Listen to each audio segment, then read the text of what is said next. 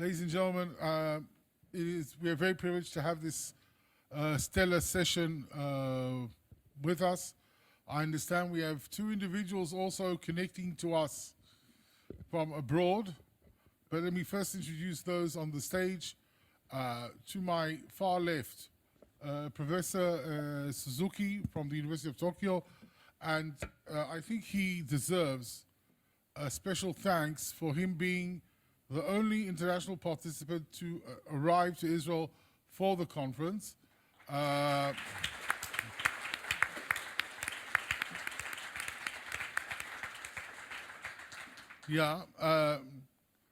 a bit sad that we have to point that out, but that is the current situation. To my center, we have, of course, Carice Witte, the founder and executive director of Signal Group, and to my closest left, Brigadier General retired, Dr. Abu Rukun, who served as the military secretary to the President of the State of Israel and as IDF attaché, as the military attaché to China. Joining us from abroad, I can see him easily on the right end of your screen is an old friend of Signal Group, Ambassador Bilahari Kelsey-Khan. He's joining us actually not so far away. He's right now in Doha, if I'm not mistaken. He will confirm that, yes. Ambassador Kelsey-Khan is the chairman of the Middle East Institute at the National University of Singapore. He's a former permanent secretary of the Ministry of Foreign Affairs of Singapore and a veteran diplomat, well-known thought leader on international politics of Asia. To his left is Mr. Jude Blanchette, who is the Freeman Chair at the Center for Strategic and International Studies in DC. He's a well-known author and writer on China, but actually we invited him to join us on this session because he actually wrote, and we'll turn to him first, a recent article on the role of middle powers. Because one of the issues we tackle on occasion when we have to explain this whole concept of middle powers and why Israel is, all right, do they really matter? And for those, and I'll turn straight away to Mr. Blanchette, because I think he makes that case very clearly, very persuasively. Well, Mr. Blanchette, please. Well, thank you. Do they matter? Yes. So those are the entirety of my remarks. Just kidding. No, first of all, I just want to thank you for the invitation. I will say I feel a little bit shamed now that it's been called out that only one international participant. I will say I tried my hardest to be able to come, and in our defense, we also have a newborn baby in the house. So there were a constellation of factors here that got in the way. But we'll say that the question you're asking to me becomes only more clear in the important answer of yes. If we think about the strategic environment we face right now, and I'm speaking now as an American, of course, it is even more clear the role that different countries with different capabilities play. And I'm uncomfortable with the word middle power. I think it assigns a hierarchical status that is a bit outdated. I have a hard time thinking of Israel as a, quote, middle power. Instead, I think we need to think about the various types of capabilities, the various types of niche powers that individual countries bring to the table. The piece which you reference, and I appreciate the support and the shout out for the piece, was really speaking to an audience in the United States, which to some extent I feel is living in the 1990s. It sees the United States to some extent still in a unipolar moment where we can dictate to even partners and allies the the behavior we need to see in order to achieve our grand strategic outcomes. And the reality is that is no longer the case. Bilahari will say this with far more eloquence than I have, but the world's Pacific is no longer just a hub and spokes where the United States is the only one calling the shots. Part of this is because we're no longer in just a military competition. If we think about the importance of economics, technology, global supply chains, we see that there are small niche powers which play disproportionate roles. The Netherlands needs its own chapter in great power competition because it has the presence of one company, ASML, which, along with Taiwan's TSMC, is existential for all of our economies. And you saw in the case of the United States pushing some technology controls on China about 2 years ago. We needed to work hard to get the Japanese and the Dutch on board because the United States is not in a position where it can unilaterally impose technology controls that have any efficacy unless we're bringing other countries in. And again, the Netherlands isn't considered in classic definition a sort of a great power, but when it comes to technological supply chains, it is. So I will end my comments here by just saying in the affirmative, and this why this discussion today is so critical. It is 2014, not 1995. Yeah, actually it's 2024, but yeah, don't worry, I made that mistake. It's the baby, to which we can only say we usually say Mazal Tov, irregardless. Ambassador Kelsey Khan. Yeah, Tommy. Could we really make a difference? Would we be able to influence how China views Israel if we would up our game in the Indo-Pacific? First of all, thank you for inviting me to participate, and I'm very sorry I can't be in two places at the same time. I'd much rather be in Israel, to tell you the truth.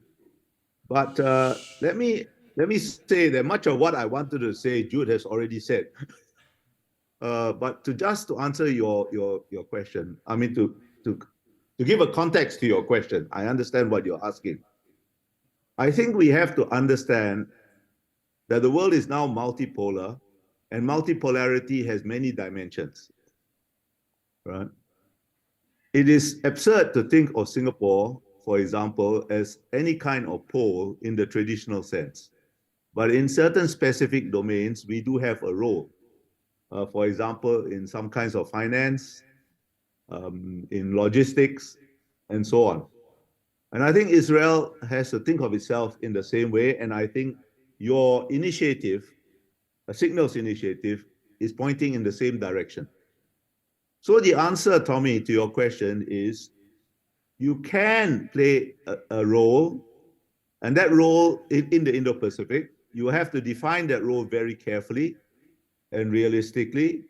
And China will also have to rethink how it looks at Israel if you start to play that role. China, the biggest influence on China is China itself. All right? And China will have to rethink its role in the Middle East if Israel rethinks its role in the Indo-Pacific. I think the recent events, starting with the very savage terrorist attack of 7 October, should cause China to give pause about its current approach to the Middle East. It's not sustainable. It's not sustainable to try to maintain an equidistant relationship between Israel, Saudi Arabia, and Iran, and try to remain neutral, or at least try not to commit yourself on acts of terrorism as occurred on 7 October. That has damaged China in the Middle East. Now, nobody is ever going to shun China. Nobody is ever going to refuse to deal with China, whether in the Middle East or in any sub-region.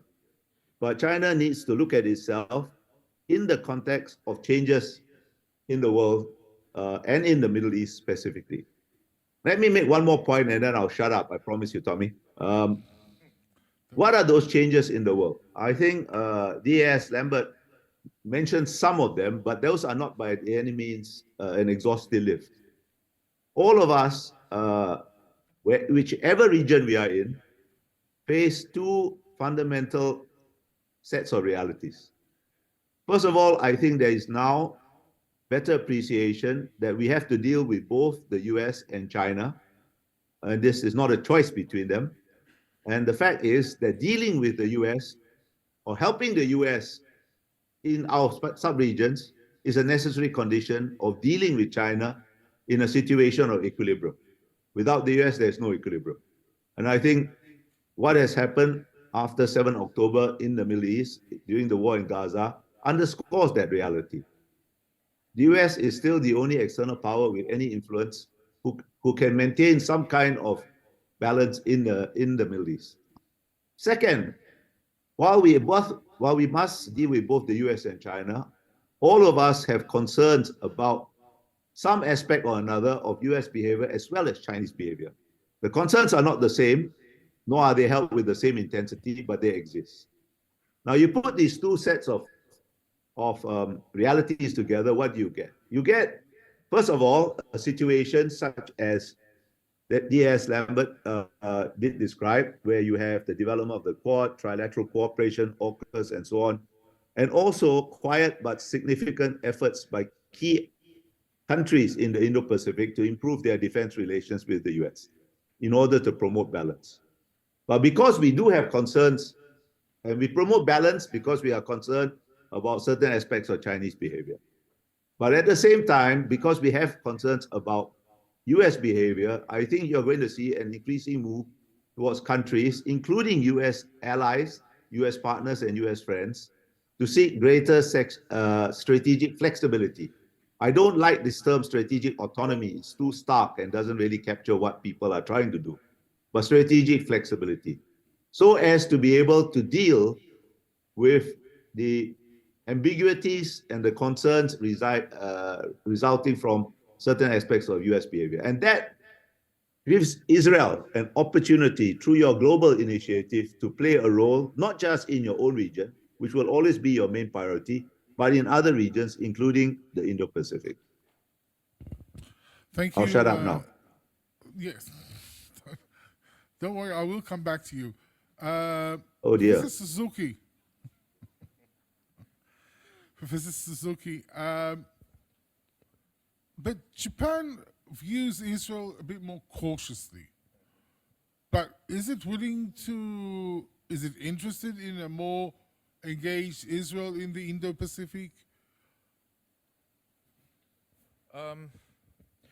Well, first of all, I think the role of Israel in the Indo-Pacific is not being in the sort of a bigger picture, because if you go into these pictures that is in the diplomatic blue book, that the Indo-Pacific doesn't cover the Mediterranean or the seas that is above the Arabian Sea. So I think it's not in the vision of the from a Japanese point of view that Israel is a part of the Indo-Pacific. But nevertheless, I think Israel has played a very significant role in the Middle East.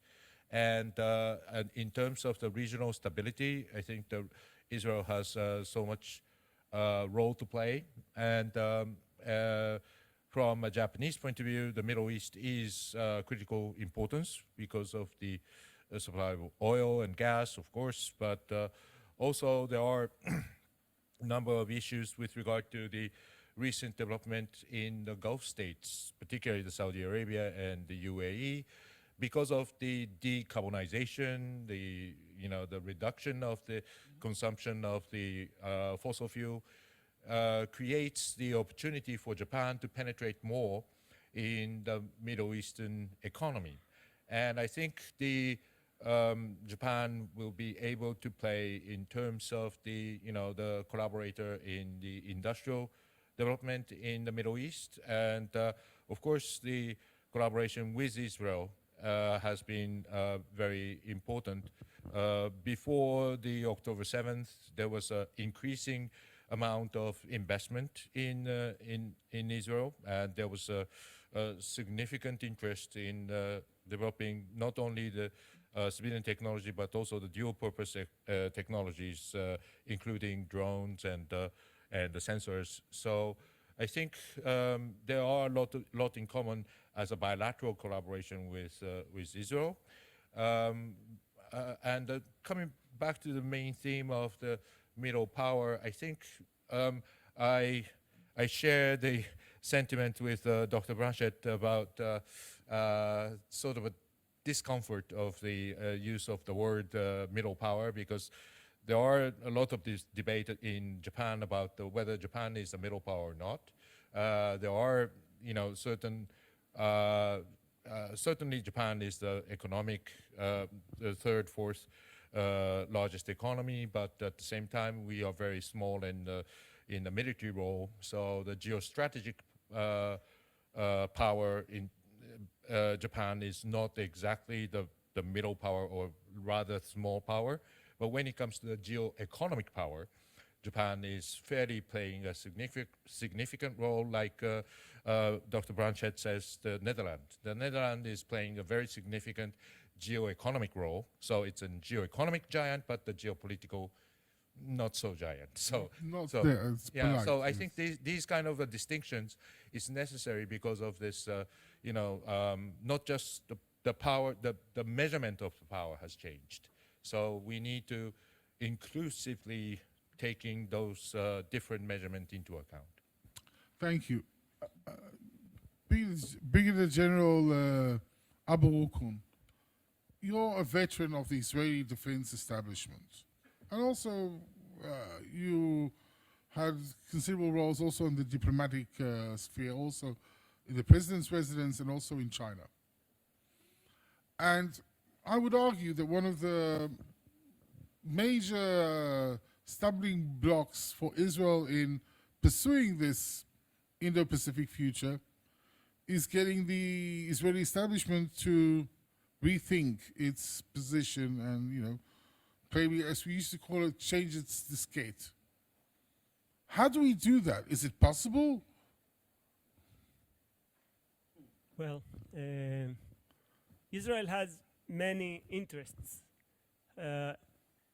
When we talk about each country of the Indo-Pacific countries, and I think that we are developing our interests when we have common ground, common values, and also economic interest, of course.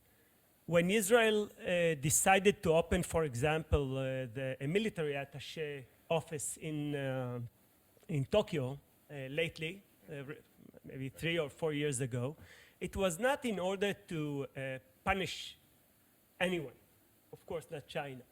It was in order to develop the bilateral interests with Tokyo. When we have a very good relations with India, it's not in order to punish China. It's because we have common interests with India. And I think we should continue develop consistently our bilateral relations with any countries in the region. Of course, I think if we are consistent, that will, with our values, I think it will serve the whole region, and I wouldn't categorize ourselves as a middle power or a small power. We are who we are, and we have our own dimension and size. Of course, when it comes to defense, we have a lot to contribute to many countries, and we are happy to contribute, especially when it comes to defense systems. Most of our sales to the region is defense systems and not the offensive systems. We are very proud to bring to our friends in the Indo-Pacific the Iron Dome, for example, system, or the armored defense systems. So Meil Ruach and Kipat Barzel. And I think we should continue those without any specific intention related China directly. So, Carice, you've heard Brigadier General Rukun. What do you say? First of all, I think it's so interesting, this hesitation about the world middle power. I think it's an issue of semantics, perhaps, but also perception. I talked, when I was introducing the Global Israel Initiative, the power of perception. I think it's 99% of the law.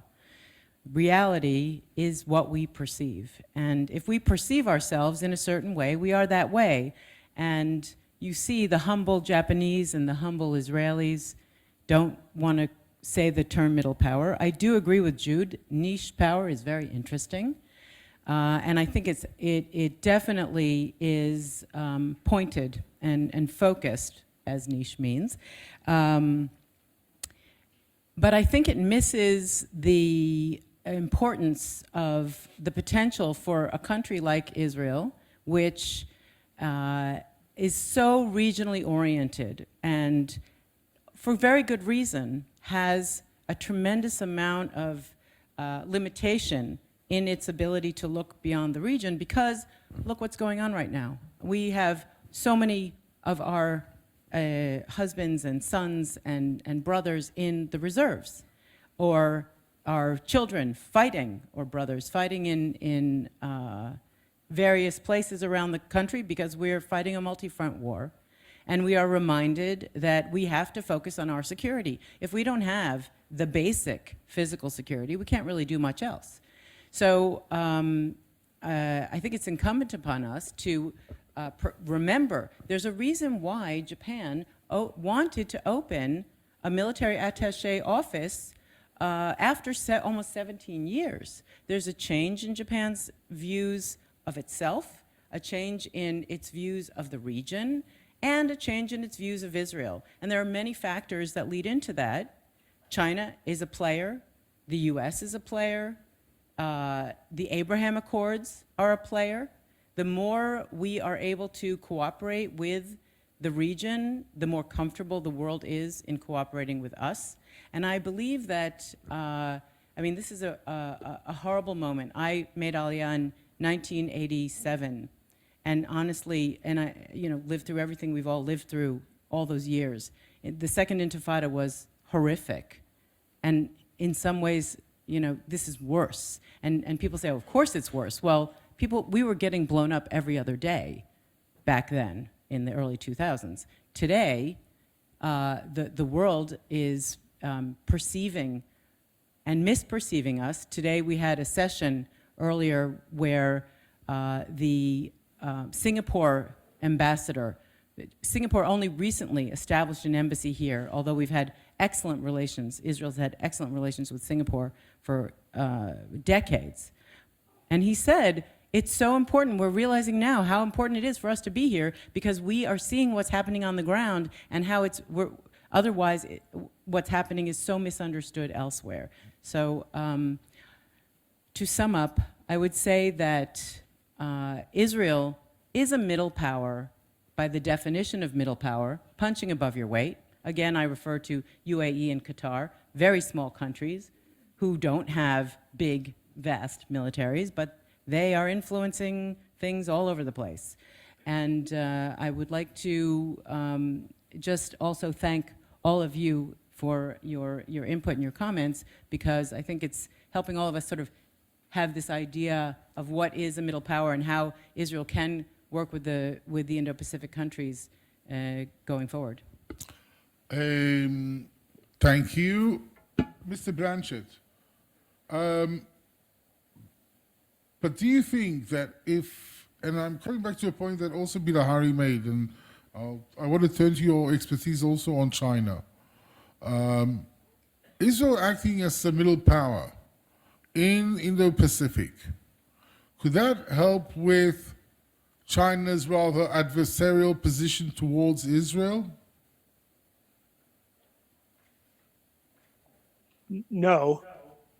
is the short answer. And I'd like to be optimistic about this, but I think there's a variety of factors that are going to make China's view towards Israel increasingly, I hate to use the word hostile, but certainly seeing Israel on the wrong side of Chinese grand strategy for several reasons. I think one is the close relationship between the United States and Israel is, from Beijing's point of view, putting Israel squarely in the U.S. camp in what Beijing sees as a sort of a global campaign by the West to contain China. Second is China's strengthening relationship with Iran. There's a number of reasons driving that. It's a complex issue, but I think that also puts a sort of a structural hurdle in the way of improving Israel ties. And then the final one is areas where Israel has been staunch supporter of, say, Taiwan, and vice versa, by the way. Taiwan has been a strong partner of Israel's, given its own challenging strategic neighborhood. Puts Israel, unless it's willing to fundamentally back away from Taiwan, in the center of the bullseye. So I think also, if we were having this conversation on October 6th of last year, my comments may have been around how Beijing was looking to improve its relationship with Israel. That's gone now, obviously. I mean, even for me, I've been surprised at how vicious China's rhetoric has been since October 7th. So I think that the conversation is now no longer how do you find a modus vivendi with China? How do you find a balanced relationship that is both competitive and cooperative? I just think that ship has sailed. Ambassador Kelsey Khan. So, from your perspective, and knowing also these, you know, I would say both sides. You know the Israelis rather well, and the Chinese rather well. What are the prospects of, or do you agree with Mr. Blanchette that there's nothing much we can do, especially not since October 7th? Well, I think October 7th has exposed the hollowness of the Chinese strategy towards the Middle East. It tried to be neutral, it tried to be equidistant, it tried to not take a position, actually. After October 7, that's simply not a tenable position. And as Jude mentioned, I think I've been a bit surprised by the viciousness of Chinese rhetoric, right? So it's exposed China in a sense. It's up to China. The biggest, as I said earlier, the biggest influence on China is China. So it will have to recalculate how it wants to define its interest in the Middle East and where Israel fits into that. I think Chinese are not naive. They know that they will never be Israel's best friend. Israel will never forsake the United States for China. But Israel is not an inconsequential power, both in the Middle East and globally in certain niche areas. Carice, like Jude, I don't like the term middle power, and I like Jude's term niche areas, niche power, because that's what I was groping at too. However, where I slightly differ from Jude is that I think Israel's behavior in the Indo-Pacific, and it's up to you, Israel, to choose how you're going to implement this, what is your risk appetite, and so on. I think the Brigadier General mentioned the Iron Dome. Strategic sales of the Iron Dome can make a strategic difference in the Indo-Pacific, in certain sub-theaters, shall we say. So, but it's up to Israel whether it has the stomach to do that. Which sub-theaters were you referring to, just to make sure that we all understand each other? We can't hear you, though. And when it comes to the interesting bits. Okay. Yeah. Sorry, did you hear me? I thought I was muted somehow. Yes, all right. So, again, so to which sub-region were you referring to? Okay, for example, should you sell the Iron Dome to Taiwan? It will change the strategic balance to some degree, I think. All right. Short of that. But are you prepared to do so? That's a decision for Israel to think so. I mentioned the Iron Dome because the Brigadier General mentioned it. But let me ask you, and if we would send it, for instance, to Japan, would that make a difference with China? I don't think so, because I think China has quite a realistic view of Japan. I don't think it's not going to help. I mean, it's not going to fundamentally change the Japanese view of China. The country that can change the Japanese view of China is China, and they're not prepared to do that. I see. But curiously, would Japan be interested in closer defense R&D relations with Israel? Definitely, yes.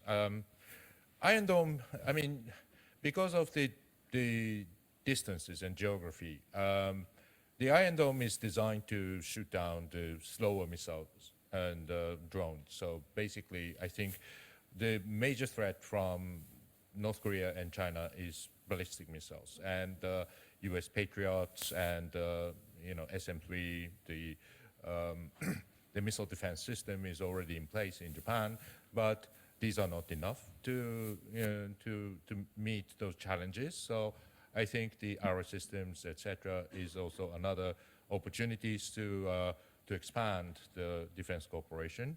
Whether it will be possible or not depends on the sort of a defense procurement strategy, which is not yet in the sort of a list. But so far, the reason why the Israeli embassy has the military attaché, and the Japanese embassy also have a military attaché, is basically to seek the opportunity to have defense technology cooperation, especially on the drones and the sensors and the various means. I think it is extremely important for Japan to have this very practical and pragmatic relationship with Israel, to build up industrial dual-use technology capabilities, and I think it is at the end will be a major importance for Japan, because the increase of the defense spending of Japan is now largely shifted to the military R&D and industrial cooperation. So, but let me make it, I want to try and make it more enticing for the Israeli end, if you don't mind. And I'll turn to Mr. Blanchette, but whoever wants to respond can jump in. There's been considerable chatter about expanding AUKUS, Pillar 2 of AUKUS specifically, which is about technology, R&D, cooperation. The three partners have acknowledged that Japan is considered, and there are other applicants, actually not only from the Indo-Pacific, well, Britain is not anyway an Indo-Pacific country. Others considered are Canada and the Republic of Korea. Would it not make sense also to open the door in one way or another for Israel? Is that realistic? The first challenge would be incorporating an I into AUKUS and still getting the nice sound of it. So, JAWKUS works, which is the only reason we're considering Japan. Obviously, just kidding. It's an interesting thought, for sure. And I think, again, it speaks to the idea that as the United States and the broad array of democracies build out a long-term competitive military strategy that has both, deterrent signaling now, but also functional capabilities later, we're going to need to be flexible and adaptive in terms of the partners and countries that are involved. I think it's probably a long ways off from expanding something like AUKUS, which is very regionally focused and has very specific niche reasons for why, in the initial instance, it was the UK and Australia that joined the United States. I'd be hesitant to say that there should be any rush to really expand what is already, to be honest, turning out to be a challenging trilateral relationship to manage. And I'm not sure, honestly, Israel would find it in its interest now to be binding itself to something that is still very much a challenging work in progress. Going back to Carice's point, I think this is really a time for where Israel has a lot of flexibility and has the opportunity to sort of shape its own vision for exactly where it's going to work in its own interests. Bridging a divide between the Indo-Pacific and its home territory. And of course, we're seeing increasingly that there is an interlinkage. What is happening in the Indo-Pacific is streaming through Russia and into the Middle East. So I would just say, don't run and rush into joining things. I think there's time to sort of strategically think about exactly the role Israel can play. Can I add something, Tommy? Yes, one say yes. Professor Ambassador Kelsey-Khan? No, I just want to echo what Jude said. I think rather than joining things formally, Israel should think of informal collaborations, say in R&D, with various actors in the Indo-Pacific. That would be much more effective, and it will give you much more strategic flexibility. All right. I think expanding on AUKUS is not a sort of a nature of AUKUS. I think it was initially designed to build a nuclear submarine for Australia, and that was particular needs for the Australians to monitor and patrol the Pacific Ocean and vis-a-vis to defend the first island chain. So the nature of AUKUS is basically targeting or the focusing on the stability of the Western Pacific, and that is the basic conceptual understanding. And therefore, I think it is important that there is a certain contribution from the Israeli side to say, and this is again a very much maritime oriented idea. So having an AI and sensors in AUKUS Pillar 2 is pretty much based on the demand or the requirements from the securing the stability in the Western Pacific. That's the basic objective. So if there is something to contribute to that sort of a protection or to develop the technology and the equipment which are fit to serve the purpose, that would be the that may justify the reason to expand the AUKUS to Israel. Carice? I understand and agree with the suggestions on the screen that we should maintain our strategic flexibility. That also is a much more comfortable place for Israel to be, and it makes sense given that we have to move quickly in many different situations. But if we look at the opportunities, Signal Group was in Japan last November. We were in India in March, and this is all during the war, remember. And we received a tremendously warm welcome. We were supposed to be taking our Goodman Fellows with us. This is a fellowship we launched at our last conference, where mid-level executives from the government join us in China and in Japan to better understand how to work with China. And the Japanese have so much experience, so we go there as well.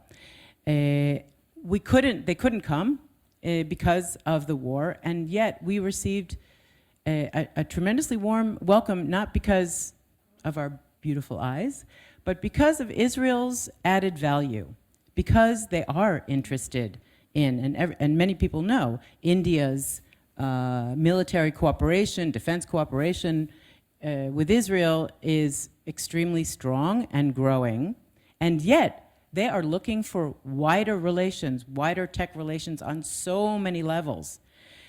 Every single meeting, we were told that Israel is the third most important country to India when it comes to technology, tech transfer, et cetera.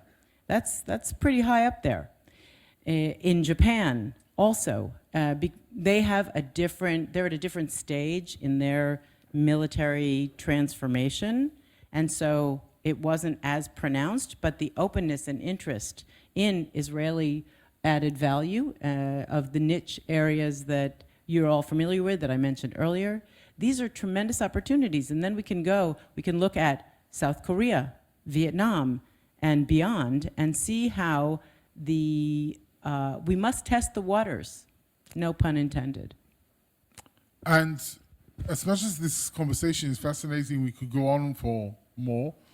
I want to ask Brigadier General Dr. Aburukun to sum up and tell us, we talk here about the opportunities, the limits, the constraints, but does the Israeli establishment realize these opportunities?